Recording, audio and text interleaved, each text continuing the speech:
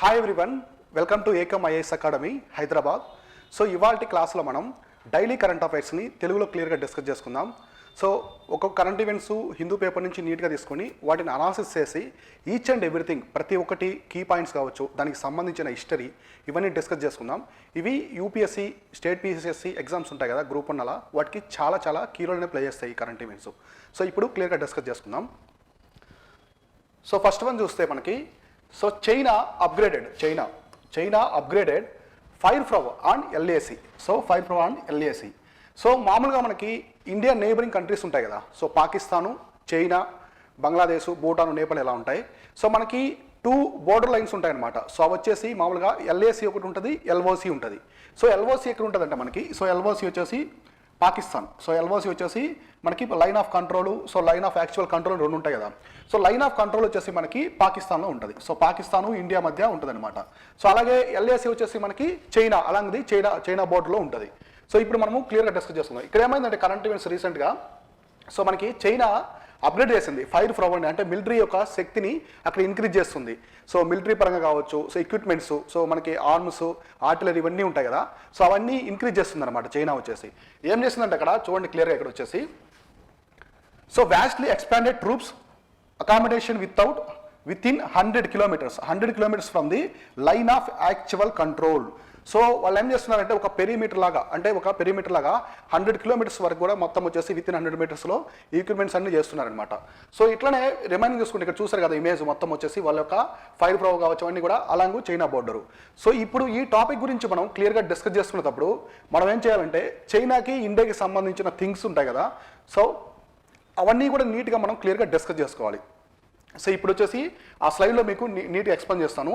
మీకు ఇక్కడ తీసుకోవాల్సిన కీవర్డ్స్ ఏంటంటే, సో చైనీస్ ఆర్మీ ఏమంటారంటే చైనీస్ పీపుల్ లిబరేషన్ ఆర్మీ అంటారు. సో మనకి ఇండియన్ ఆర్మీ అంటారు కదా, సో యాజ్ వెల్ యాజ్ అట్లనే ఎగ్జాక్ట్గా సో చైనీస్ ఆర్మీ వచ్చేసి చైనీస్ పీపుల్ లిబరేషన్ ఆర్మీ అని అంటారనమాట. సో ఇవన్నీ వచ్చేసి ఇక్కడ కీవర్డ్స్. మామూలుగా మీరు ఎల్ఐసి బోర్డర్లో చూసుకుంటే రీసెంట్గా వాళ్ళు చేసినటువంటి సో పిఎల్ఏ దగ్గర 4 డివిజన్స్ అనేది చేశారనమాట.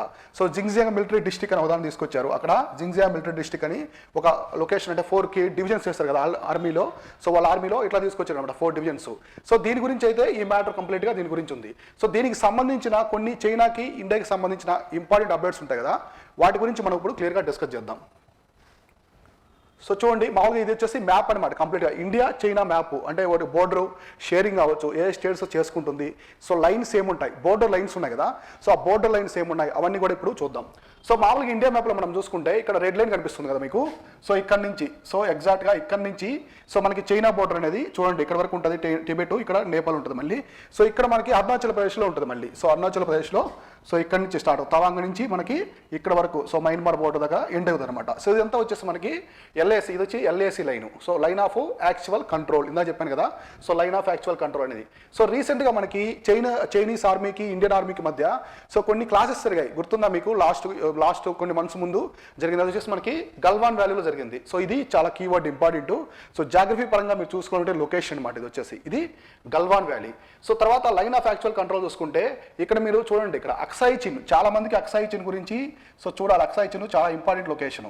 ఇక్కడ అక్సాయి చిన్ ఏంటంటే, అక్సాయి చిన్ is once A part of India. So ఒకప్పుడు ఇది భారతదేశంలో భూభాగమే. సో ఆఫ్టర్ చైనీస్ వార్ వచ్చేసి ఇది ఆక్యుపైడ్ బై ది చైనా వచ్చేసి దీన్ని ఆక్రమించింది. అందువల్ల ఈ రీజన్ ఏమంటారంటే చూడండి ఇక్కడ ఏమన్నారో, so controlled by China and claimed by India. అంటే ఈ రీజన్ వచ్చేసి part of the integral part of the India, but controlled by China వచ్చేసి అడ్మినిస్ట్రేషన్ చేస్తుంది. అక్కడ ఇండియా వాళ్ళకి ఎటువంటి అడ్మినిస్ట్రేషన్ అనేది లేవన్నమాట, కంప్లీట్గా చైనాకే ఉంది. అదొకటి ఇంపార్టెంట్. సో ఇక్కడ నెక్స్ట్ చూసుకుంటే line of actual control. So Tibet వచ్చేసి autonomous region. So it autonomous region administrate by the China. So ఇది అందరికీ తెలిసిందే. సో ఇక్కడ మీరు చూసుకోవాల్సింది మ్యాప్, జాగ్రఫీ మ్యాప్ ఉంది కదా. సో ఈ జాగ్రఫీ మ్యాప్లో సో ఏ స్టేట్స్, సో భారతదేశానికి చెందిన ఏ రాష్ట్రాలు చైనాతో బోర్డర్ షేర్ చేసుకుంటున్నాయి చూసుకోవాలి. సో ఇంకో ఇంపార్టెంట్ థింగ్ కూడా చూసుకోవాలి ఇక్కడ. సో ఏ స్టేట్స్ ఉన్నాయో చూసుకోవాలి. ఫస్ట్ మనకి జమ్మూ అండ్ కాశ్మీర్ ఇంతకుముందు స్టేట్గా ఉన్నది, లద్దాఖ్ కూడా part of the state. So ఇప్పుడు వచ్చేసి వాటిని యూటీగా డివైడ్ చేస్తారు కాబట్టి ఇప్పుడు లద్దాఖ్ అండ్ జమ్మూ అండ్ కాశ్మీర్ రెండు ఉన్నాయి. సో ఇప్పుడు లద్దాఖ్ ఉంది కదా, సో లద్దాఖ్ వచ్చి కంప్లీట్గా చైనాతో బోర్డర్ని షేర్ చేసుకుంటుంది. సో ఇక్కడ ఇంపార్టెంట్. సో లద్దాఖ్ ఒకటి, సో లద్దాఖ్. సో తర్వాత వచ్చేసి హిమాచల్ ప్రదేశ్, నెక్స్ట్ వచ్చేసి హిమాచల్ ప్రదేశ్, హిమాచల్ ప్రదేశ్. సో తర్వాత వచ్చేసి ఉత్తరాఖండ్. సో ఉత్తరాఖండ్ కూడా సో చైనాతో బోర్డర్ అనేది షేర్ చేసుకుంటుంది. సో తర్వాత మనకి ఇక్కడ చూసుకుంటే ఇంకేమున్నాయి మనకి సిక్కిం కూడా టిబెట్తో బోర్డర్ షేర్ చేసుకుంటుంది కాబట్టి సో సిక్కిం స్టేట్ కూడా మనకి చైనాతో అంటే టిబెట్తో బోర్డర్ షేర్ చేసుకుంటుంది. So as well as exactly వచ్చేసి మనకి అరుణాచల్ ప్రదేశ్. సో అరుణాచల్ ప్రదేశ్ స్టేట్ కూడా చైనాతో బోర్డర్ అనేది షేర్ చేసుకుంటుంది. సో ఈ విధంగా చూసుకోవాలి మీరు ఒక కరెంట్ అఫైర్స్ వర్తమాన అంశాలు ఉంటాయి కదా, సో దాని గురించి చదివేటప్పుడు సో న్యూస్లో ఉన్న అంశమే కాకుండా దానికి హిస్టరీ కూడా నీట్గా చూసుకోవాలి. అప్పుడే మీకు క్లారిటీగా ఉంటుంది అనమాట, ఆ టాపిక్ మీద క్లారిటీగా ఉంటుంది. సో కరెంట్ ఈవెంట్స్లో ఏముంది, దానికి సంబంధించిన హిస్టరీ ఏముంది, సో ఆ హిస్టరీ మనకు తెలిసినప్పుడే ఇప్పుడు న్యూస్లో ఎందుకు ఉందని మనకి క్లియర్గా అర్థమవుతుంది. సో ఇక్కడ చూడండి ఈ స్టేట్స్ గుర్తుపెట్టుకోండి, చాలా నీట్గా ఇవన్నీ గుర్తుపెట్టుకోండి.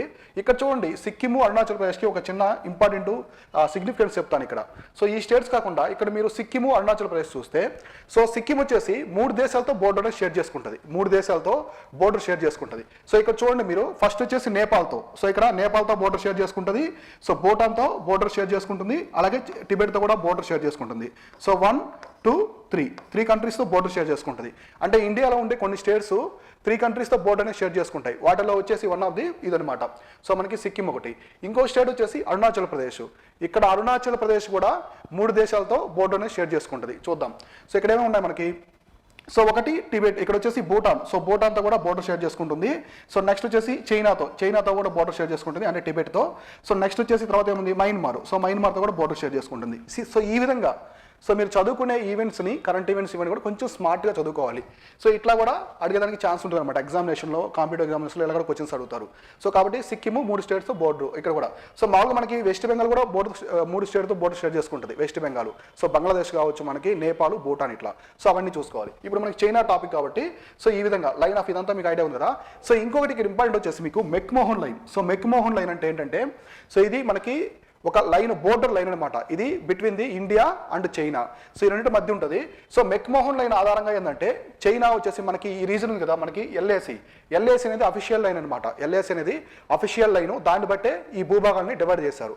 సో ఇండియాకి చైనాకి మధ్య ఉన్న సరిహద్దు రేఖ వచ్చేసి మెక్మోహన్ లైన్. అదే ఇండియా పాకిస్తాన్కి, సో ఇండియా పాకిస్తాన్ కదా మనకి, పాకిస్తాన్ ఇండియాకి వచ్చేసి ఉన్నటువంటి లైన్ వచ్చేసి మనకి వచ్చేసి rod clip. So rod clip line ఎక్కడ ఉంటుందంటే మనకి ఇండియాకి పాకిస్తాన్కి, అలాగే ఇండియాకి బంగ్లాదేశ్కి మధ్య కూడా అదే లైన్ అనమాట, బోర్డర్ లైన్. సో ఇండియాకి బంగ్లాదేశ్కి, ఇండియాకి పాకిస్తాన్కి, ఎందుకంటే ఇవి స్వాతంత్రం తర్వాత విడిపోయినటువంటి దేశాలు అనమాట. సో ఎగ్జాక్ట్లీ మనకి ఇండియాకి, సో ఇండియా ఉంది కదా మనకి ఇక్కడ కాశ్మీర్ దగ్గర పీఓకే ఉంటాయి కదా, సో ఇక్కడ ఆఫ్ఘనిస్తాన్తో బోర్డర్ షేర్ చేసుకుంటాయి కదా. సో ఎగ్జాక్ట్గా మన జమ్మూ అండ్ కాశ్మీర్, లద్దాఖ్ రీజన్స్ ఉన్నాయి కదా, అక్కడ ఆఫ్ఘనిస్తాన్తో బోర్డర్ షేర్ చేసుకుంటాయి. సో షేర్ చేసుకున్న లైన్ వచ్చేసి డ్యూరాండ్ అనమాట. సో ఆ లైన్ పేరు వచ్చేసి Durand. So Durand line. So పాకిస్తాన్కి ఆఫ్ఘనిస్తాన్కి కూడా సేమ్ లైన్, ఎందుకంటే Pakistan is once A part of India. So పాకిస్తాన్కి ఆఫ్ఘనిస్తాన్కి, అలాగే ఆఫ్ఘనిస్తాన్కి ఇండియాకి, 2 దేశాలకి, ఈ రెండింటికి మధ్య ఉన్నటువంటి బోర్డర్ లైన్ వచ్చేసి డ్యూరాండ్ లైన్. ఇప్పుడు బాగా నీట్గా గుర్తుపెట్టుకోండి, కన్ఫ్యూజ్ అవ్వకుండా. సో మెక్మోహన్ లైన్ వచ్చేసి India and China. So India and చైనాకు ఉండేది McMahon line. So rod clip line వచ్చేసి మనకి India and Pakistan. So India and Pakistan, అలాగే ఇండియా అండ్ బంగ్లాదేశ్ కూడా మనకి సో ఇదో వస్తుంది rod clip line. So Durand line వచ్చేసి ఇక్కడ 2 గుర్తుపెట్టుకోవాలి. సో కన్ఫ్యూజ్ అవ్వకుండా నీట్గా చూసుకోవాలి ఇక్కడ. సో మనకు వచ్చేసి డ్యూరాండ్ లైన్ వచ్చేసి ఇండియా అండ్ ఆఫ్ఘనిస్తాన్ ఒకటి. సో నెక్స్ట్ వన్ వచ్చేసి మనకి పాకిస్తాను, అలాగే ఆఫ్ఘనిస్తాన్ కూడా లైన్, బోర్డర్ లైన్ వచ్చేసి మనకి డ్యూరాండ్ లైన్. సో ఇవన్నీ చూసుకోండి లొకేషన్స్. ఈ లొకేషన్స్ కావచ్చు, ఇవన్నీ పుల్వామా అటాక్స్ జరిగాయి కదా, ఇది వచ్చేసి జమ్మూ అండ్ కాశ్మీర్లో ఉంటుంది. సో ఇది వచ్చేసి మనకి PoK, Pakistan occupied Kashmir. So ఈ విధంగా మీరు చదువుకునేటప్పుడు అది జాగ్రఫీకి సంబంధించింది అయితే సో ఖచ్చితంగా మీరు మ్యాప్ చూసుకోవాలి. మ్యాప్లో పాయింట్స్ లొకేషన్ చేసుకుంటూ అవన్నీ నీట్గా చూసుకున్నప్పుడే మీ ప్రిపరేషన్ అనేది కొంచెం స్మార్ట్గా వెళ్తుంది అనమాట. సో ఈ విధంగా నీట్గా చూసుకోవాలి చైనాకి సంబంధించింది. సో ఇక్కడ మయన్మార్ ఉంది కదా, సో మయన్మారు, అరుణాచల్ ప్రదేశ్ వచ్చేసి మయన్మారు, భూటాను, చైనా 3 దేశాలతో షేర్ చేసుకుంటుంది బోర్డరు. సిక్కిం కూడా అలానే చేసుకుంటుంది. సో ఇది వచ్చేసి ఒక ఇంపార్టెంట్. సో నెక్స్ట్ స్లైడ్ చూస్తే మనము ఇది కూడా సేమ్ లొకేషన్, ఇక్కడ మీకు క్లియర్గా ఎక్స్ప్లెయిన్ చేస్తాను చూడండి. సో ఇక్కడ మీకు 3 లొకేషన్స్, ఇంపార్టెంట్ లొకేషన్స్ చెప్తాను. సో ఫస్ట్ వన్ వచ్చేసి సియాచిన్ గ్లేషియర్. సో ఇది వచ్చేసి Siachen glacier. So it is administered by the India. So ఇప్పుడు వచ్చేసి మన భూభాగం, ఇండియాలో వచ్చేసి ఇది మన భూభాగం అనమాట, భారతదేశానికి సంబంధించిన భూభాగం. సో ఇక్కడ సియాచిన్ గ్లేషియర్ మీకు చాలా వింటూ ఉంటారు అన్నమాట. సియాచిన్ గ్లేషియర్ వచ్చేసి నోబ్రా వ్యాలీలో ఉంటుంది. సో నోబ్రా లోయ, సో ఇది ఇంపార్టెంట్ జాగ్రఫీ పరంగా అడుగుతూ ఉంటారు. సో నోబ్రా వ్యాలీలో ఉంటుంది అనమాట. So Nubra valley. సో ఇది ఒకటి. సో నెక్స్ట్ అక్సాయి చిన్, ఇందా చెప్పాను కదా అక్సాయి చిన్ అనేది భారతదేశంలో భూభాగమే, కానీ administrate by India, China administrate చేస్తుంటారు మన. ఇది వచ్చేసి ఎంటైర్ రీజన్, ఈ రీజన్ మొత్తం వచ్చేసి అక్సాయి చిన్, చూడండి ఇక్కడ వరకు ఉంటుంది జమ్మూ అండ్ కాశ్మీర్ది. సో లద్దాఖ్ రీజన్ ఇది ఇప్పుడు. సో ఇంతవరకు ఉంటుంది అనమాట. సో నెక్స్ట్ ఇక్కడ చూడండి, ఇది వచ్చేసి మనకి పాకిస్తాన్ ఆక్యుపైడ్ కాశ్మీర్. ఈ లొకేషన్ మనకి ఇక్కడ ఉంది చూడండి, ఈ ఏరియా అంతా. సో ఇదంతా మనకి పాకిస్తాన్ ఆక్యుపైడ్ కాశ్మీర్ కింద వస్తుంది. సో ఇట్లా చూడండి 3 భాగాలు మనకి ఉన్నాయి. ఇక్కడ లొకేషన్ ఉంది కదా, ఇది ఒకప్పుడు పాకిస్తాన్కి సంబంధించింది. సో పాకిస్తాన్కి సంబంధించిన ప్రాంతం అంటే మన ఇండియా పార్టే, కానీ administrate by Pakistan. So PoK లాగే పాకిస్తాన్ ఆక్యుపై చేసింది. దీన్ని ఏం చేసిందంటే ఇది చైనాకి ఇచ్చేసింది కంప్లీట్గా ఈ లొకేషన్ని. సో పాకిస్తాన్ ఏం చేసిందంటే చైనాకి ఇచ్చేసింది అనమాట. చైనాకి ఇచ్చేసింది ఈ ప్లేస్ మొత్తాన్ని సిరియడ్ కింద. సో మీరు చూస్తారు China belt and road initiative ఉంది కదా, సో అది కూడా మనకి పీఓకే మీద పోద్ది అనమాట. సో పీఓకే మీద పోద్ది. ఇది వచ్చేసి ఎక్కడంటే జింగ్జియాంగ్ స్టేట్ ఉంది కదా, జింగ్జియాంగ్ స్టేట్ దగ్గర నుంచి తీసుకొని ఇక్కడ వచ్చేసి గ్వాదార్ పోర్ట్ ఉంటుంది. సో పాకిస్తాన్కి ఇక్కడ సో గ్వాదార్ పోర్ట్ సో చాలా ఇంపార్టెంట్ ఇది. సో గ్వాదార్ పోర్ట్ ఎక్కడ ఉందంటే మనకి అరేబియన్ సీ ఉంది కదా, అరేబియన్ సీలో పాకిస్తాన్లో ఉంటుంది. So Gwadar port is developed by China. So Gwadar పోర్ట్ని డెవలప్ చేసింది వచ్చేసి చైనా. సో అలాగే మన ఇండియా వచ్చేసి ఇరాన్లో చాబహార్ పోర్ట్ని డెవలప్ చేసింది, చాబహార్ పోర్ట్. సో మీరు క్లియర్గా చూసుకోండి ఇక్కడ చాబహార్ వచ్చేసి, సో చాబహార్ పోర్ట్ వచ్చేసి ఇండియా డెవలప్ చేసింది. ఇది ఎక్కడ ఉంటుంది, ఇరాన్లో ఉంటుంది. సో ఈ రెండు చాలా క్రూషియల్ అంటే స్ట్రాటజిక్ లొకేషన్స్ అనమాట, జియో పాలిటిక్స్లో చాలా strategic locations. So Gwadar port వచ్చేసి ఎక్కడ ఉంటుంది, పాకిస్తాన్లో ఉంటుంది. సో పాకిస్తాన్లో ఉంటుంది. సో గ్వాదార్ పోర్ట్ వచ్చేసి పాకిస్తాన్లో ఉంటుంది. ఇది Pak Gwadar port. So developed by China. So Chabahar port is located in ఇరాన్లో ఉంటుంది, అది డెవలప్డ్ బై ఇండియా. ఈ 2 లొకేషన్స్ గుర్తుపెట్టుకోండి. ఎందుకంటే China belt and road initiative ఉంది కదా, అది గ్వాదార్ పోర్ట్ కనెక్ట్ అయి ఉంటుంది జింగ్జియాంగ్ స్టేట్ నుంచి. సో ఇది మనకి ఎందుకు క్రూషియల్ అంటే చాబహార్ పోర్టు మనము ఆఫ్ఘనిస్తాన్కి వీటు, గోధుమలు, ఆహార ధాన్యాలు, చిరుధాన్యాలు అవన్నీ ఉంటాయి కదా, సో పప్పు ధాన్యాలు అవి ఎక్స్పోర్ట్ చేస్తామన్నమాట ఆఫ్ఘనిస్తాన్కి. సో పాకిస్తాన్ అనేది మనకి ఎనిమీ కంట్రీ కాబట్టి ఆ దేశం గుండా మనకి ప్రవేశం ఇవ్వదనమాట, మనకి పర్మిషన్ ఇవ్వదు. సో అటువంటి తరుణంలో మనము ఈ పోర్టు నుంచి మన అరేబియా సముద్రం నుంచి చాబహార్ పోర్టుకి వెళ్ళి అక్కడి నుంచి మనము సో రోడ్వే ద్వారా ఆఫ్ఘనిస్తాన్కి వీటు కావచ్చు, వీటు అంటే గోధుమలు ఇవన్నీ మనం ఎక్స్పోర్ట్ చేస్తూ ఉంటాం. కాబట్టి చాబహార్ పోర్ట్ అనేది చాలా చాలా ఇంపార్టెంట్. సో ఇవి చూసుకోండి. నెక్స్ట్ ఇందా చెప్పాను కదా Galwan valley. So Galwan valley వచ్చేసి ఇక్కడ ఉంటుంది ఎగ్జాక్ట్గా నియర్ ద అక్సాయి చిన్ దగ్గర ఉంటుంది. అక్సాయి చిన్ ఇండియన్ బోర్డర్కి సంబంధించిన లొకేషన్ అనమాట. సో ఇక్కడ క్లాసెస్ జరిగాయి ఇండియన్ ఆర్మీకి పీపుల్ చైనీస్ లిబరేషన్ ఆర్మీ ఉంది కదా, వాటి మధ్య జరిగాయి అనమాట. సో అది కూడా చూసుకోండి. సో ఇదొకటి ఇంపార్టెంట్. సో నెక్స్ట్ చూసుకుంటే మనము next other important facts about China. So మీరు కరెంట్ ఈవెంట్స్ చదువుకుంటారు కదా, కరెంట్ ఈవెంట్స్ చదివేటప్పుడు ఇట్లాంటి ఫ్యాక్ట్స్ కూడా మీరు గమనిస్తూ ఉండాలి. ఇట్లాంటి ఫ్యాక్ట్స్ కూడా నీట్గా క్లారిటీగా ఉండాలి మీకు. చూడండి చైనా వచ్చేసి highest populated country in the world. So ప్రపంచంలోనే వచ్చేసి చైనా అనేది ప్రపంచంలో ఎక్కువ జనాభా కలిగిన దేశం వచ్చేసి చైనా. సో ఇది అందరికీ తెలిసిన ఫ్యాక్టే. సో ఇండియా వచ్చేసి సెకండ్. సో ఇండియా వచ్చి సెకండ్ ఇండియా. సో ఫస్ట్ వచ్చేసి చైనా. So next 4th largest country by an area. So ప్రపంచంలోనే ఏరియా పరంగా, భూభాగం పరంగా చూసుకుంటే విస్తీర్ణం పరంగా చైనా వచ్చేసి 4th largest country. So first 3 ఏమున్నాయి, ఫస్ట్ వచ్చేసి రష్యా. సో ఫస్ట్ వచ్చేసి రష్యా, సెకండ్ వచ్చేసి కెనడా, థర్డ్ వచ్చేసి యుఎస్ఏ. సో మీరు ఎందుకంటే ఎగ్జామినేషన్లో మీకు ఆప్షన్స్ ఉంటాయి కదా ఏబిసిడి. సో మ్యాక్సిమం వాళ్ళు ఆర్డర్ అడిగారు అనుకోండి, ఆర్డర్ అడిగితే టాప్ 4 కంట్రీస్ అడుగుతాడు, ఖచ్చితంగా టాప్ 4 కంట్రీస్ అడిగేదానికి ఛాన్స్ ఉంటుంది. కాబట్టి మీరేం చేయాలంటే ఇక్కడ లార్జెస్ట్ కంట్రీస్ అన్నప్పుడు టాప్ 4 కంట్రీస్ ఖచ్చితంగా గుర్తుపెట్టుకోవాలి. సో ఇండియా వచ్చేసి మనకి 7th లార్జెస్ట్ అనమాట, అంటే ఏరియా పరంగా మనకి 7th లార్జెస్ట్. సో ఈ విస్తీర్ణ పరంగా 7th లార్జెస్ట్. సో చైనా వచ్చి 4th, ఎందుకంటే మనం చైనా గురించి డిస్కస్ చేస్తున్నాం కాబట్టి. So 4th largest. Next hand in hand. ఇక్కడ చూడండి ఇది సో న్యూస్లో ఎప్పుడు న్యూస్లో ఉంటాయి ఇవి. సో హ్యాండ్ ఇన్ హ్యాండ్ అంటే joint military exercise between India and China. So మనకి వేరే దేశాలకి జరుగుతూ ఉంటాయి కదా, ఇప్పుడు నొమాడిక్ ఎలిఫెంట్ అని జరుగుతూ ఉంటాయి మనకి. సో మంగోలియా, ఇండియాకి సంబంధించి. సో ఇట్లా సింబెక్స్ ఇలా ఉంటాయి కదా, same exactly hand in hand అనేది సో చైనాకి ఇండియాకి సంబంధించినటువంటి జాయింట్ మిలిటరీ ఎక్సైజ్. ఇది కూడా చూసుకోవాలి. నెక్స్ట్ వచ్చేసి డోక్లాం స్టాండ్ ఆఫ్. సో ఇది వచ్చేసి మనకి డోక్లాం స్టాండ్ ఆఫ్ జరిగింది, అంటే మన ఇండియన్ ఆర్మీకి చైనాకి మధ్య క్లాషెస్ జరిగాయి. ఇది ఎగ్జాక్ట్గా ఎక్కడ జరిగిందంటే సో మనకి ఇండియాలో చికెన్ నెక్ ఉంటుంది కదా, సో సిక్కిం ఉంటుంది కదా, సిక్కిం తర్వాత ఇక్కడ భూటాన్ ఉంటుంది. సో ఎగ్జాక్ట్లీ ట్రై జంక్షన్ ఉంటుంది అనమాట. సో ఈ ట్రై జంక్షన్ అనేది India, Bhutan, China. So India, Bhutan, China tri junction అనమాట. సో యాక్చువల్లీ డోక్లాం డెజర్ట్ అనేది భూటాన్కి సంబంధించింది. సో డోక్లాం డెజర్ట్ అనేది భూటాన్కి సంబంధించింది.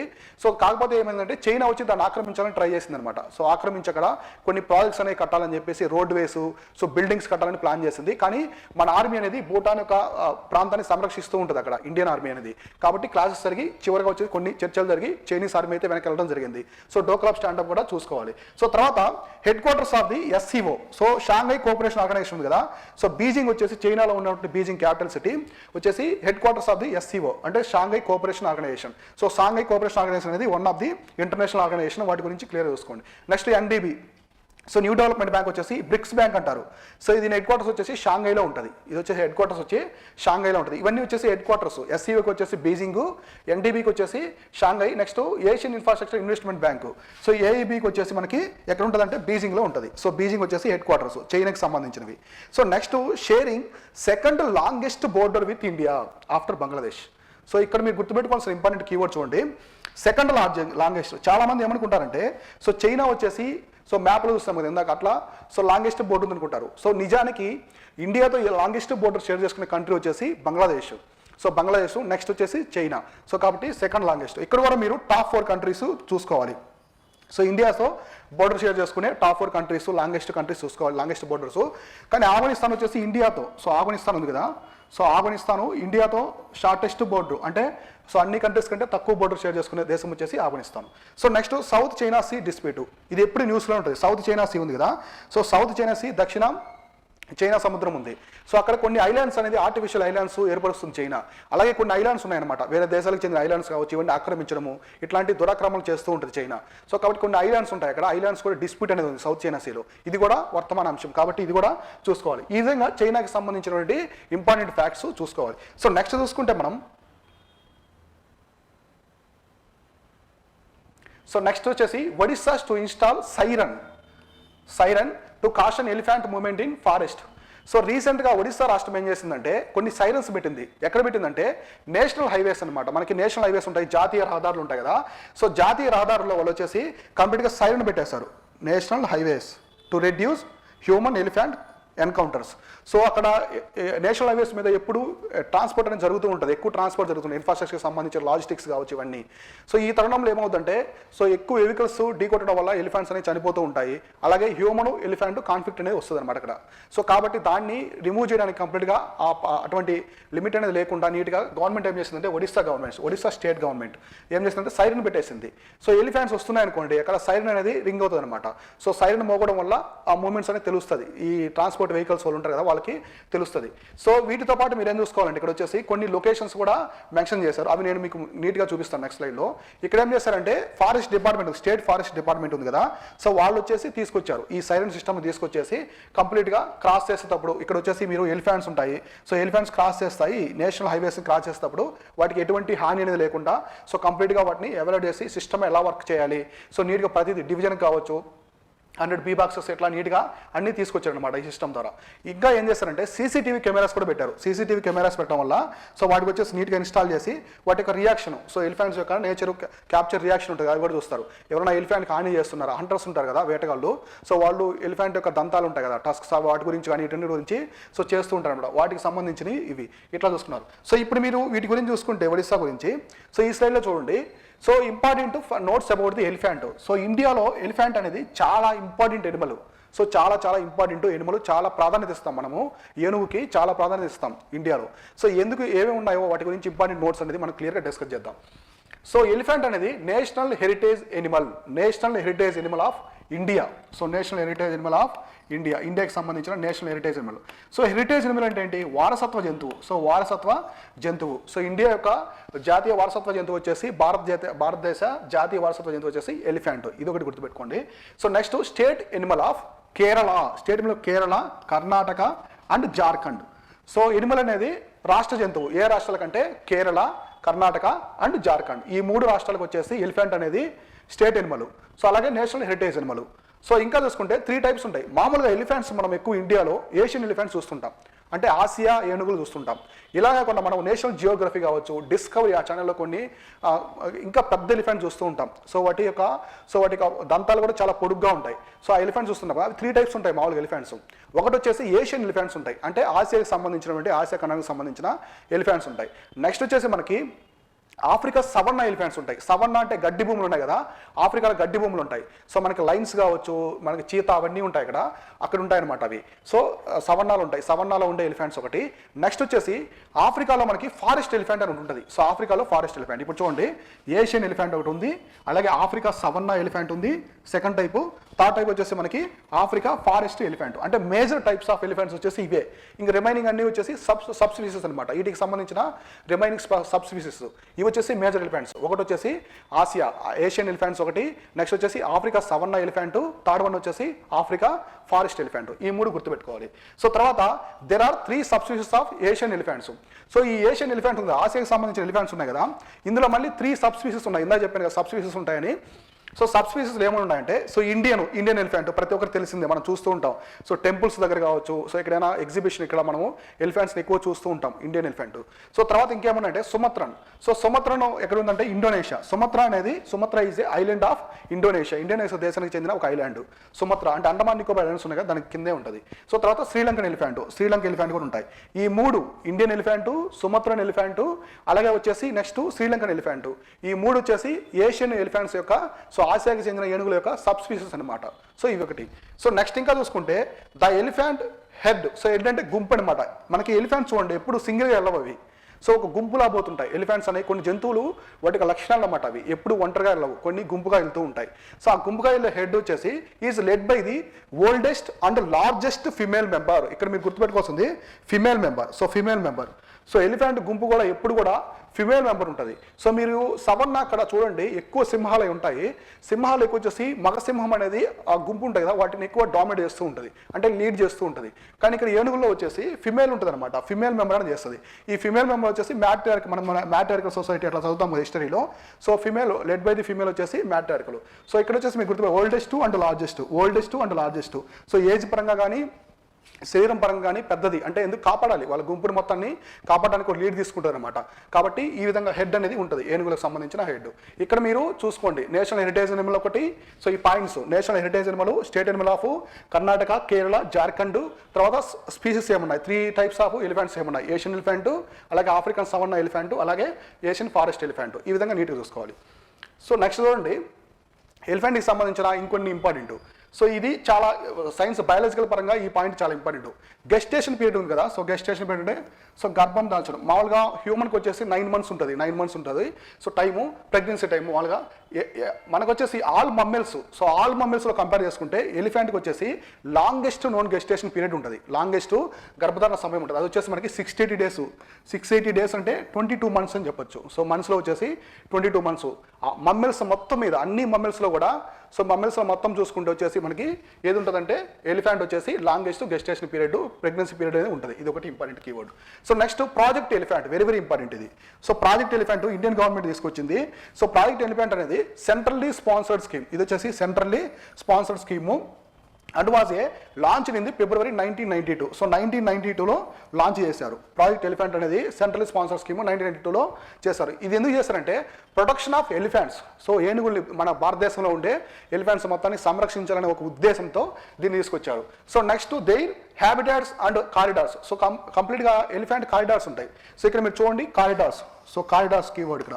సో కారిడార్స్ ఉంటాయి. ఎలిఫెంట్ కారిడార్స్ని కొన్ని మన ministry of forest climate change ఉన్నాయి కదా, అవి గుర్తిస్తుంది అనమాట ఆ మినిస్ట్రీ. చూడండి ఇక్కడ ministry of environment. So ministries important, ministries of environment, forest and climate change. So ఈ మినిస్ట్రీ అనేది ఈ ప్రాజెక్ట్ ఎలిఫెంట్ అనేది working under this ministry. So ఇదేం చేస్తుందంటే ఈ ministry provide financial and technical support. So ఈ ప్రాజెక్ట్ ఎలిఫెంట్ ఈ ప్రాజెక్ట్కి ఫైనాన్షియల్ పరంగా అలాగే టెక్నాలజికల్ పరంగా చెప్పాను కదా, CCTVs, సైరన్స్ ఇట్లాంటికి సంబంధించినవి కూడా ప్రొవైడ్ చేస్తూ ఉంటుంది. So provide support for the elephant range states in the country through the project. So elephant states ఉన్నాయన్నమాట, కొన్ని ఎలిఫెంట్ స్టేట్స్ అంటే ఎలిఫెంట్స్ ఏ స్టేట్లో ఉన్నాయని చేస్తుంటుంది. ఇక్కడ మీరు గుర్తుపెట్టుకొస్తుంది ప్రాజెక్ట్ ఎలిఫెంట్లో ఏ ఇయర్లో లాంచ్ చేశారు. ఇది సెంట్రల్లీ స్పాన్సర్ స్కీమ్ ఒకటి 1992లో లాంచ్ చేశారు. A ministry of environment, forest and climate change వచ్చేసి దీనికి లీడ్ రోల్ తీసుకుంటుంది. సో నెక్స్ట్ చూడండి సో కొన్ని కరెంట్ డేటా చూద్దాం. అసలు ఎలిఫెంట్స్ మీద, ఏనుగుల మీద వచ్చేసి వాటి యొక్క కరెంట్ డేటా అనేది ఎలా ఉంది రీసెంట్గా రిపోర్ట్ ప్రకారం చూసుకుంటే. సో చూడండి, India is home to approximately around 27,000 Asian elephants ఉన్నాయి. ఇండియాలో వచ్చేసి 27,000 ఏషియన్ ఎలిఫెంట్స్ ఉన్నాయి, which is the world largest population of the species. So ప్రపంచంలో ఉండే అన్ని దేశాల్లో ఉండే ఏనుగుల కంటే కూడా ఇక్కడ ఎక్కువ ఉన్నాయన్నమాట. వచ్చేసి ఇండియాలో ఎక్కువ ఉన్నాయి, వచ్చేసి 20,000 అప్రాక్సిమేట్లీ 27,000 వరకు ఉన్నాయన్నమాట. సో నెక్స్ట్ పాయింట్ చూడండి, as for elephant census. So మామూలుగా మనకి జనాభా లెక్కలు తీసుకుంటారు కదా, సేమ్ అలానే టైగర్స్కి తీసుకుంటారు, ఎలిఫెంట్స్కి, ఇంపార్టెంట్ ఎనిమల్స్ అవన్నీ ఉంటాయి కదా, వాటికి సెన్సస్ తీసుకుంటారు. సో మనకి 2017 రిపోర్ట్ ప్రకారం చూసుకుంటే, సో ఇది వచ్చేసి మనకి 4 or 5 yearsకి అట్లా తీసుకుంటూ ఉంటారు సెన్సస్. సో కర్ణాటకలో వచ్చేసి ఇప్పటికి కూడా కర్ణాటక లీడ్ రోల్లో ఉంది. సో కర్ణాటక స్టేట్ అనేది ఎక్కువ హైయెస్ట్ నెంబర్ ఆఫ్ ఎలిఫెంట్స్ ఉన్నాయి. సో జనాభా పరంగా చూసుకుంటే highest populated elephant populated state in India is Karnataka. So కర్ణాటకలో ఎక్కువ ఎనిమల్స్ ఉన్నాయన్నమాట, అంటే ఈ ఎలిఫెంట్స్ ఉన్నాయి. సో అప్రాక్సిమేట్లీ నెంబర్ ఎంత ఉందంటే 6,049 ఉన్నాయన్నమాట numbers. Next followed by Assam. So next వచ్చేసి అస్సాంలో ఉన్నాయి, కర్ణాటక తర్వాత అస్సాంలో ఉన్నాయి. సో తర్వాత వచ్చేసి కేరళలో ఉన్నాయి. సో మీరు కర్ణాటకలో, మనకి కర్ణాటక ఉంది కదా, సో కర్ణాటక రాష్ట్రంలో చూస్తే మీరు వెస్టర్న్ ఘాట్స్ మీద వెళ్తున్నప్పుడు, బస్సెస్లో కానీ కారులో వెళ్తున్నప్పుడు ఎక్కువ ఎలిఫెంట్స్ కనిపిస్తూ ఉంటాయి. ఎలిఫెంట్స్ హెడ్స్ అంటే గుంపులుగా ఎలిఫెంట్స్ అనేవి వస్తూ ఉంటాయి. మీరు ఎక్కువగా ఫ్రీక్వెంట్గా చూస్తూ ఉంటారు కర్ణాటకలో, అందుకే కర్ణాటకలో ఎక్కువ ఎలిఫెంట్స్ ఉన్నాయి. తర్వాత మనకి కాజీరంగాలో కూడా చూసినప్పుడు ఎలిఫెంట్స్ ఎక్కువ కనిపిస్తుంటాయి. కాజీరంగా నేషనల్ పార్క్ వచ్చేసి అస్సాంలో ఉంటుంది. సో ఎగ్జాక్ట్లీ మీరు కేరళలో ఫెస్టివల్స్ ఉంటాయి, త్రిశూర్ పూరం, అక్కడ పూరమ్స్ చూసినప్పుడు, సో పూరమ్స్ అనే ఫెస్టివల్స్ అనమాట కేరళలో. ఆ ఫెస్టివల్స్ చూసినప్పుడు అక్కడ కూడా మీకు ఎలిఫెంట్స్ అనేవి కనిపిస్తూ ఉంటాయి అనమాట. సో ఈ విధంగా ఇది వచ్చేసి కరెంట్ డేటా, దానికి సంబంధించిన కరెంట్ డేటా. సో నెక్స్ట్ చూస్తే మీకు so production status. So elephant యొక్క ప్రొడక్షన్ స్టేటస్ ఎవరు గుర్తిస్తారు? మనకి IUCN అని గుర్తిస్తారు అనమాట. సో IUCN అనేది ఒక రెడ్ లిస్ట్ రిలీజ్ చేస్తుంది. రెడ్ లిస్ట్ అంటే ఏంటంటే, సో ఏ ఎనిమల్స్ కావచ్చు, ఏమైనా థ్రెట్ బర్డ్స్, ఎనిమల్స్ ఉంటాయి కదా, అవి థ్రెట్లో ఉంటాయి అనమాట, అంటే ప్రమాదానికి దగ్గరగా ఉంటాయి. వాటికి కొన్ని స్టేటస్లు ఇస్తారు. ఆ ప్రమాదానికి ఎంత దగ్గరగా ఉంది, ఎంత చెరువులో ఉంది అని కొన్ని స్టేటస్లు ఇస్తారనమాట. మనకి endangered, critically endangered, extinct, so vulnerable ఇలా ఇస్తూ ఉంటారు కదా. సో ఇప్పుడు ఇది ఏషియన్ ఎలిఫెంట్, ఇది వచ్చేసి ఏషియన్ ఎలిఫెంట్కి సంబంధించింది. సో దీంట్లో ఎండేంజర్డ్, సో ఏషియన్ ఎలిఫెంట్ వచ్చేసి ఎండేంజర్డ్, ప్రజెంట్ వచ్చేసి ఎండేంజర్డ్. సో స్టేటస్ వచ్చి ఎండేంజర్డ్, ఇది keyword. So wild life protection act ఉంది కదా మనకి, సో వన్యమృగ సంరక్షణ చట్టం ఉంది. ఇది వచ్చేసి మనకి 1972లో తీసుకొచ్చారు. దాంట్లో షెడ్యూల్ 1లో ఉంది. షెడ్యూల్ 1లో ఉందంటే హైయెస్ట్ ప్రియారిటీ అనమాట. So highest priority animals, birds ఉంటాయి కదా, వాటిని వచ్చేసి వీటిలో యాడ్ చేస్తారు, షెడ్యూల్ 1లో యాడ్ చేస్తారు, షెడ్యూల్ 2 ఇలా ఉంటాయి. సో మీరు చూసుకుంటే ఏషియన్ ఎలిఫెంట్కి సంబంధించి, సో ఏషియన్ ఎలిఫెంట్ చూసుకుంటే స్టేటస్ వచ్చేసి ఎండేంజర్డ్లో ఉంది. వైల్డ్ లైఫ్ ప్రొటెక్షన్ యాక్ట్లో షెడ్యూల్ 1లో ఉంది. సో ఇది ఇప్పుడు ఆఫ్రికా సవర్నా ఎలిఫెంట్ ఇంక 2 టైప్స్ ఉన్నాయి కదా, apart from the Asian elephant కాకుండా రిమైనింగ్ ఏమున్నాయి, 2 ఉన్నాయి కదా. సో ఫస్ట్ ఆఫ్రికన్ సవర్నా ఎలిఫెంట్ వచ్చేసి endangered. So African forest elephant critically endangered. చూడండి, సో క్రిటికల్లీ ఎండేంజర్డ్ అంటే సో ఇంకా చాలా దగ్గరగా ఉంది ప్రమాదానికి. సో ఎండేంజర్డ్ కంటే కూడా హైయెస్ట్ లెవెల్ ఉంది, ఎక్కువగా ప్రమాదానికి దగ్గరగా ఉందని. సో ఇది ఆఫ్రికన్ ఫారెస్ట్ ఎలిఫెంట్ వచ్చి critically endangered, Africa savanna and Asian elephant రెండు వచ్చేసి మనకి ఎండేంజర్డ్ స్టేటస్లో ఉన్నాయి. సో ఇట్లా స్టేటస్ కూడా చూసుకోవాలి, status wild life protection act కావచ్చు. సో ఈ విధంగా కూడా చూసుకోవాలి నీట్గా. సో నెక్స్ట్ చూసుకుంటే మనకి సో ఇంపార్టెంట్ ఎలిఫెంట్ రిజర్వ్స్ ఏమున్నాయి, ఇండియాలో ఇంపార్టెంట్ ఎలిఫెంట్ రిజర్వ్స్ ఏమున్నాయి చూసుకోవాలి. సో ఇక్కడ నేను కొన్ని మెన్షన్ చేశాను, కొన్ని ఇంపార్టెంట్ ఎలిఫెంట్ రిజర్వ్స్ మెన్షన్ చేస్తాను, రిమైనింగ్ కూడా ఉంటాయి చూడండి. ఫస్ట్ దిహింగ్ పట్కాయి ఎలిఫెంట్ రిజర్వ్, ఇది వచ్చేసి మనకి అస్సాం రాష్ట్రంలో ఉంటుంది.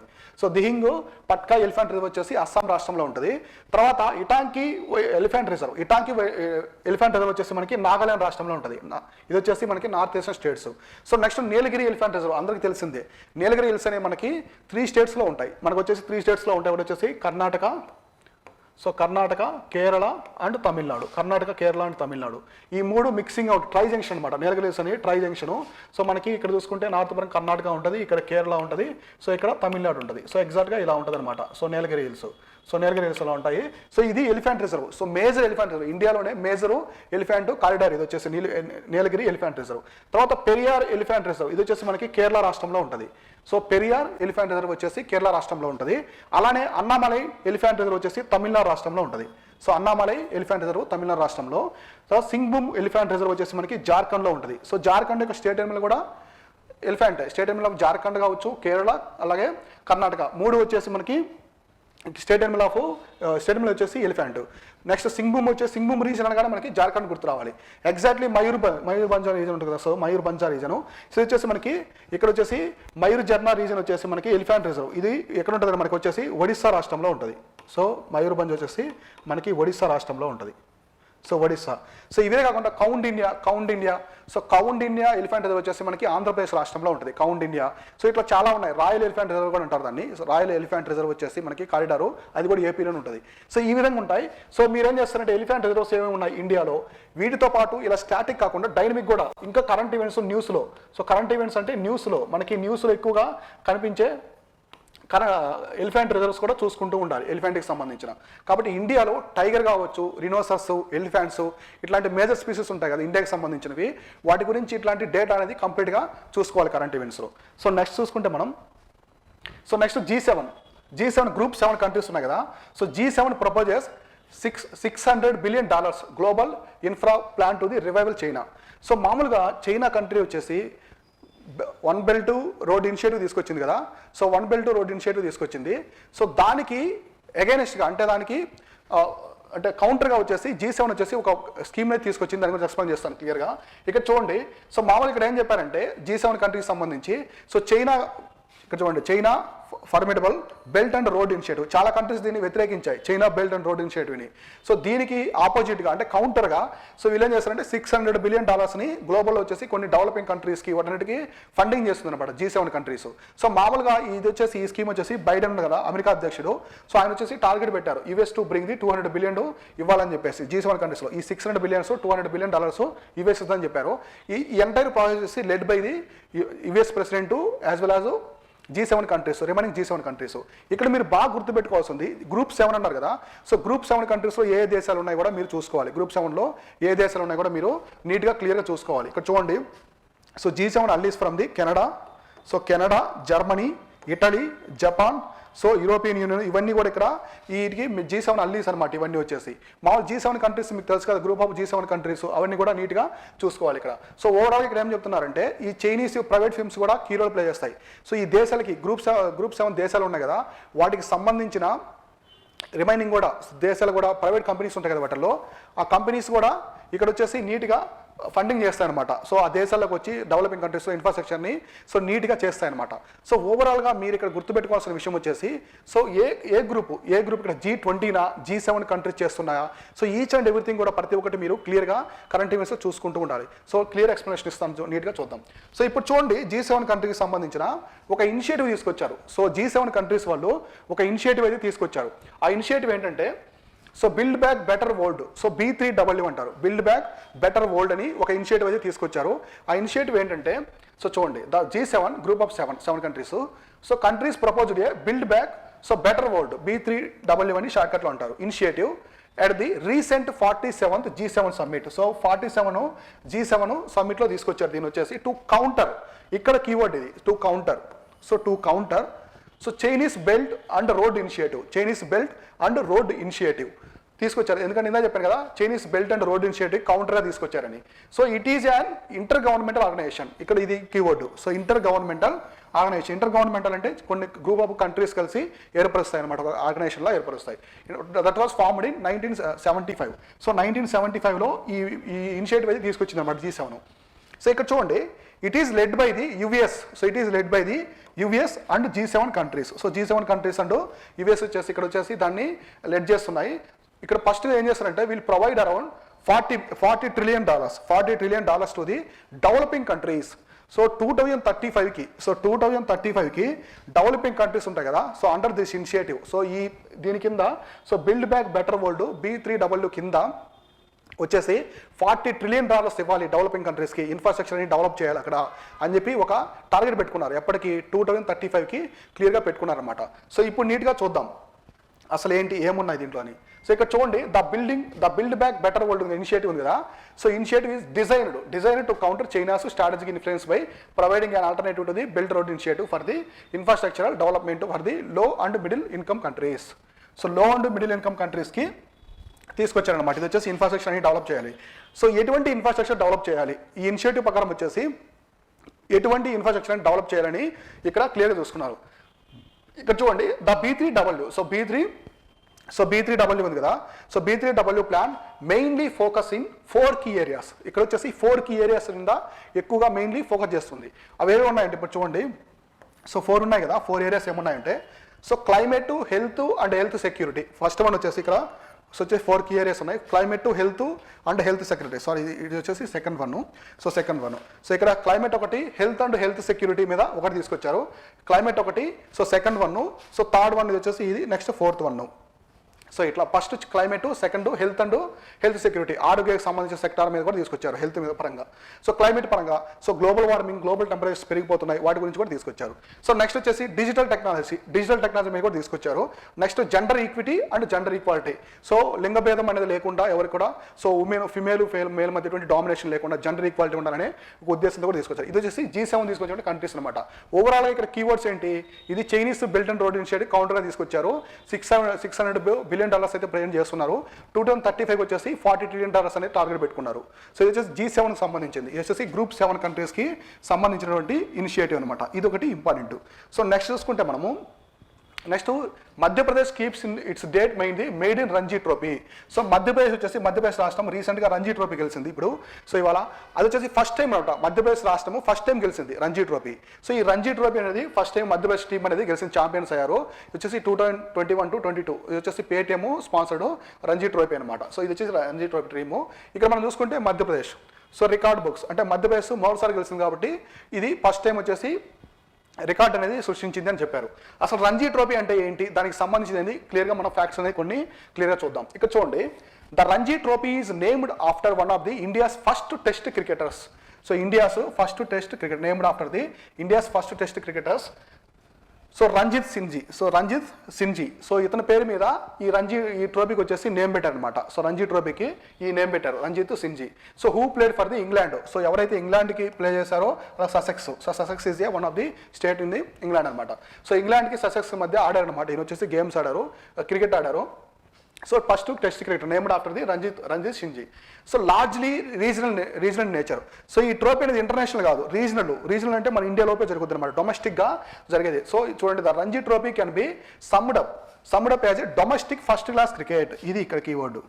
సో డొమెస్టిక్ అంటే ఏంటి, మన ఇండియా రీజియన్ లోపే జరుగుతుంది అనమాట. కాబట్టి రంజీ ట్రోఫీ మనకి ఎలా జరుగుతుంది, స్టేట్స్ మధ్య జరుగుతుంది. ఇండియాలో స్టేట్స్ ఉంటాయి. So Tamil Nadu team, Andhra team, so Karnataka, so Jammu and Kashmir ఇట్లా టీమ్స్ ఉంటాయి కదా, రాజస్థాన్ ఇలా ఉంటాయన్నమాట. Series played by the various regional teams against one another. So Ranji trophy అనేది డొమెస్టిక్గా జరిగినటువంటి టీం అనమాట. ఇది వచ్చేసి మనకి ఇతని పేరు మీద ఇంగ్లాండ్ క్రికెటర్ రాజీవ్ సిన్హా ఉన్నారు కదా, ఈయన పేరు మీద తీసుకొచ్చారు. ఇది కొన్ని పాయింట్స్. అదర్ ఇంపార్టెంట్ నోట్స్ ఏమైనా చూద్దాం. The series was announced in 1934. So first time Ranji ట్రోఫీని వచ్చేసి మనకి ప్రీ ఇండిపెండెన్స్ ముందే అనౌన్స్ చేశారు 1934లో. The initial fixtures to place in the 1934-35. First match వచ్చేసి మనకి 1934-35 జరిగింది అనమాట. సో ఇక్కడ ఎవరు డొనేట్ చేశారంటే ట్రోఫీని వచ్చేసి మహారాజా భూపేందర్ సింగ్. సో మహారాజా భూపేందర్ సింగ్ పాటియాలా. సో పాటియాలా పంజాబ్ ఉంది కదా మనకి. సో మహారాజా భూపేందర్ సింగ్ పాటియాలా వచ్చేసి ఫస్ట్ ట్రోఫీని డొనేట్ చేశారు. ఫస్ట్ మ్యాచ్ 1934-35 జరిగింది. సో ఇంకో పాయింట్ చూసుకుంటే the inaugural edition of the Ranji trophy was played in the 1934-35 season with Mumbai. So Bombay emerging as the first ever champions. So అప్పుడు ప్రీ ఇండిపెండెన్స్ ముంబైని వచ్చేసి బాంబేగా పిలిచేవాళ్ళు కదా, బాంబే ప్రెసిడెన్సీ అట్లా పిలిచేవాళ్ళు కదా. సో ఫస్ట్ రంజీ ట్రోఫీలో ఫస్ట్ విన్నర్ ఎవరంటే ఇక్కడ వచ్చేసి బాంబే, అంటే ఇప్పుడు ప్రజెంట్ ముంబై. సో బాంబే వచ్చి ఫస్ట్ విన్నరు. ఎప్పుడు జరిగిందంటే 1934-35 జరిగిందనమాట ఈ మ్యాచ్ వచ్చేసి కంప్లీట్గా. సో ఇవి రంజీకి సంబంధించినటువంటి కొన్ని ఫ్యాక్ట్స్. సో ఇప్పుడు మిస్లేనియస్. సో కంప్లీట్గా వచ్చేసి మిస్లేనియస్ ఏమున్నాయి. సో ఈ టాపిక్స్ కాకుండా ఇంకా కరెంట్ ఈవెంట్స్ కాకుండా మిస్లేనియస్ థింగ్స్ ఏమున్నాయి కొన్ని చూద్దాం. సో ఇక్కడ రీసెంట్ ఇరాన్ వచ్చేసి ఒక రాకెట్ని అయితే లాంచ్ చేసింది అనమాట స్పేస్లోకి. ఇరాన్ కంట్రీ రాకెట్ని లాంచ్ చేసింది. దీనికి అభ్యంతరం చెప్పాయి కొన్ని దేశాలు, అమెరికా కావచ్చు, కొన్ని వెస్టర్న్ కంట్రీస్ వచ్చేసి అభ్యంతరం చెప్పాయి. ఎందుకంటే ఇంతకుముందు ఇరాన్ వచ్చి ఒక న్యూక్లియర్ బాంబ్ అనేది టెస్ట్ చేయని ప్లాన్ చేసింది. ఆ టైంలో అమెరికా ఏం చేసిందంటే 2016 ఆ టైంలో ట్రక్స్ నెట్ అని ఒక వైరస్ని పంపించేసి దాన్ని కంప్లీట్గా డివాస్టేట్ చేసింది. అది ప్రయోగం జరగకుండా చేసింది అనమాట. అందువల్ల ఇరాన్ కంట్రీ ఇట్లాంటి చేయడం వల్ల ప్రపంచానికి ముప్పు ఉందని చెప్పేసి అమెరికా అనేది దీని మీద అభ్యంతరం చెప్పింది. ఇక్కడ మీరు కంట్రీ గుర్తుపెట్టుకోండి. Recently which of the country launches rocket space into the space from the western Asia అంటే ఇరాన్. సో నెక్స్ట్ చూడండి, Russia strikes Kyiv as the G7 summit opens. So G7 summit opens అంటే ఇప్పుడు రీసెంట్గా G7 summit అనేది open చేస్తున్నారు, అంటే జరుగుతుంది కదా సమ్మిట్. సో ఓపెన్ అయ్యే ముందే వచ్చేసి రష్యా కీ వచ్చేసి ఏంటి, capital city of the Ukraine మీద యుద్ధం జరుగుతుంది కదా, రష్యా వచ్చేసి దాడి చేస్తుంది కదా. సో కీ వచ్చేసి capital city of the Ukraine. So ఈ విధంగా జరుగుతుంది. సో వీటితో పాటు మీరు కొన్ని ప్లేసెస్ చూసుకోవాలి. మనకి న్యూస్లో ఉన్న అంటే వార్తల్లో ఉండి కొన్ని ప్లేసెస్ చూసుకుంటే ఈ లొకేషన్స్ మొత్తం వచ్చేసి ఉక్రెయిన్ దేశానికి సంబంధించిన సిటీస్ అనమాట. ఇవి ఉక్రెయిన్ దేశానికి సంబంధించిన సిటీస్ ఏమున్నాయంటే, సో కీవ్ ఆల్రెడీ చెప్పాను కదా క్యాపిటల్ సిటీ. సో నెక్స్ట్ మారిపోల్ ఒకటి. సో తర్వాత డోనెస్టెక్స్, నెక్స్ట్ వచ్చేసి ఒడేసా. ఇవన్నీ వచ్చేసి ఉక్రెయిన్ రాష్ట్రంలో ఉన్నటువంటి మెయిన్ కీవర్డ్స్, కీ సిటీస్ అనమాట. సిటీస్ వచ్చేసి ఇలా. ఇవే కాకుండా మనకి న్యూస్లో కొన్ని లొకేషన్స్ ఉంటాయి కదా, లొకేషన్స్ కూడా ప్రతి లొకేషన్ చూసుకోవాలి. ఏ లొకేషను, దానికి సంబంధించిన సిగ్నిఫికెన్స్, జస్ట్ సింపుల్గా లొకేషను సిగ్నిఫికెన్స్, అది ఏ దేశంలో ఉంది అది కూడా లొకేషన్ చూసుకుంటూ ఉండాలి. సో తర్వాత ఇంకొక పాయింట్ వచ్చేసి మిస్నెట్స్లో, సో కర్మన్ కౌర్ తండి అనే ఒక ప్లేయరు, సో ఇండియన్ ప్లేయరు రీసెంట్గా వచ్చేసి round glass tennis academy, so ఇది వచ్చేసి టెన్నిస్ సంబంధించింది. సో దాంట్లో విన్నర్ అయ్యారనమాట. సో క్రోనోడ్ది champion of the ITF women's $25,000 tournament. So దాంట్లో వచ్చేసి ఛాంపియన్ అయ్యారు ఈమె. సో ఇట గుర్గామ్ ఎక్కడ జరిగిందంటే, ఇది వచ్చేసి టోర్నమెంట్ వచ్చేసి గుర్గామ్. సో గుర్గామ్ ఎక్కడ ఉంది, మనకి హర్యానా రాష్ట్రంలో ఉంటుంది. సో ఓల్డ్ నేమ్ వచ్చేసి గుర్గామ్ అని ఇప్పుడు వచ్చేసి గుర్గామ్ అనే నేమ్గా చేంజ్ చేశారు. She defeated the Belgium Sofia Costoulas. So ఈమె వచ్చేసి సోఫియా కోస్టలస్ అని ఇంతకుముందు ఛాంపియన్ అనమాట ఫైనల్లో. ఈమె బెల్జియం దేశానికి సంబంధించిన సో ప్రత్యర్థి అనమాట. ఆమెను ఓడించి ఈమె గెలిచారు. ఎవరు గెలిచారంటే కర్మన్ కౌర్ తండి అనే ఇండియన్ ప్లేయర్ అయితే గెలిచారనమాట. సో ఇక్కడ మీరు చూసుకోవాల్సింది ఎక్కడ జరిగింది, టోర్నమెంట్ ఎక్కడ జరిగిందంటే గుర్గామ్లో జరిగింది. ఎగ్జాక్ట్లీ టోర్నమెంట్ వచ్చేసి దేనికి సంబంధించింది, ఏ గేమ్కి సంబంధించినది ఇక్కడ చూసుకోవాలి. ఇది వచ్చేసి ఓవరాల్గా మనకి టెన్నిస్కి సంబంధించింది అనమాట. సో ఈ విధంగా మిస్లేడెస్ ఫైనల్గా వచ్చేసి కరెంట్ ఈవెంట్స్లో మిస్లేడెస్ లొకేషన్స్ అన్ని కూడా నీట్గా క్లియర్గా ఎక్స్ప్లెయిన్ చేస్తాను. సో ఇరాన్కి సంబంధించింది కావచ్చు, రష్యాకి సంబంధించింది, అలాగే కర్మన్ కౌర్ తండి. ఇక్కడ మీరు గుర్తుపెట్టుకోవాల్సింది రష్యా. సో ఇది ఉంది కదా రష్యా. సో ఇప్పుడు Russia versus Ukraine. So war జరుగుతుంది కాబట్టి దీనికి సంబంధించి కరెంట్ ఈవెంట్స్లో వస్తూనే ఉంటాయి, మనకి న్యూస్లో ఎప్పుడు వస్తుంటాయి. సో న్యూస్లో వస్తున్నప్పుడు ఏదో ఒక లొకేషన్స్ కావచ్చు, కొన్ని సిగ్నిఫికెన్స్ ఉన్న ఏరియాస్, ఇవన్నీ న్యూస్లో వస్తుంటాయి. అవన్నీ నేను మన కరెంట్ ఈవెంట్స్లో డైలీ కరెంట్ అఫైర్స్లో కవర్ చేస్తూ ఉంటాను. సో ఇవి వచ్చేసి ఇవాళ డైలీ కరెంట్ అఫైర్స్ అనమాట, కంప్లీట్గా డైలీ కరెంట్ అఫైర్స్. సో ఇలానే మన ఇక్కడ వచ్చేసి నీట్గా ఇవన్నీ డైలీ కరెంట్ అఫైర్స్ నేను ఎక్స్ప్లెయిన్ చేస్తూ ఉంటాను. హిందూ పేపర్కి సంబంధించిన ఇవన్నీ స్టేట్స్ మనకి యూపీఎస్సీ కావచ్చు, అలాగే స్టేట్ పీసీకి సంబంధించిన గ్రూప్ 1, టీఎస్పీఎస్సీ, ఏబీపీఎస్సీ కూడా ఇవి బాగా యూజ్ అవుతాయి. సో గ్రూప్ 1కి సంబంధించి కూడా బాగుంటాయి. సో ప్రతి అంశాన్ని నీట్గా క్షుణ్ణంగా తీసుకొని క్లియర్గా ఎక్స్ప్లెయిన్ చేస్తాను. సో ఇది వచ్చేసి ఇవాళ daily current affairs video. So thank you for all.